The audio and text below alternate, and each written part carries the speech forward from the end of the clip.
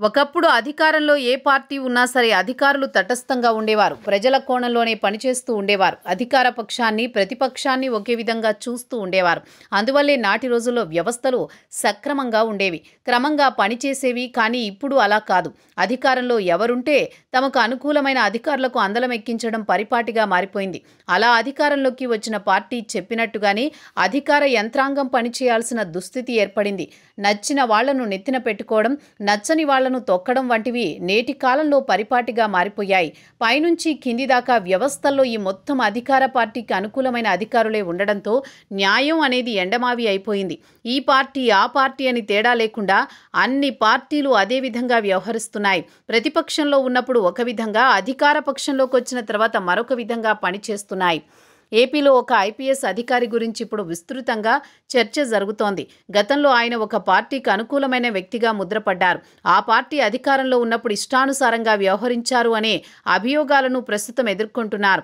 నాటి రోజుల్లో ఆయన కీలక నాయకుడిగా అరెస్టు చేశారు అని, ఆ పార్టీ కార్యకర్తలు తీవ్రంగా ఇబ్బంది పెట్టారని, అప్పటికి అధికారంలో ఉన్న పార్టీ పెద్దల మెప్పు కోసం ఆయన నిబంధనలు మొత్తం తుంగలో తొక్కారని ఓ వర్గం మీడియా ఆరోపిస్తోంది.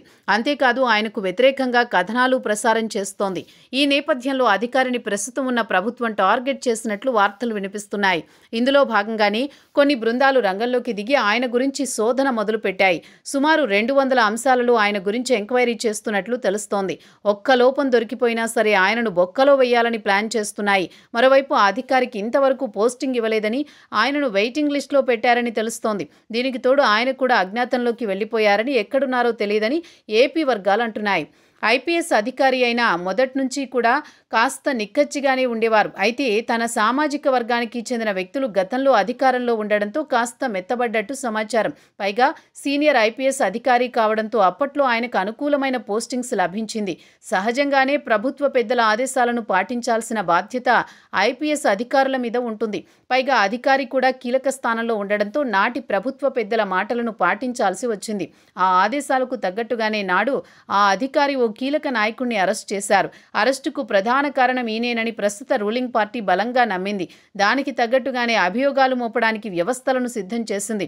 కాకపోతే ఏ అంశంలో కూడా అధికారి దొరికే అవకాశం లేకపోవడంతో పోలీసు శాఖ చూస్తూ ఉండిపోయింది. అయితే ఆ అధికారిని అలానే వదిలేస్తారా, ఏదైనా అభియోగం మోపి కేసులో ఇరికిస్తారా అనేది తెలియాల్సి ఉంది.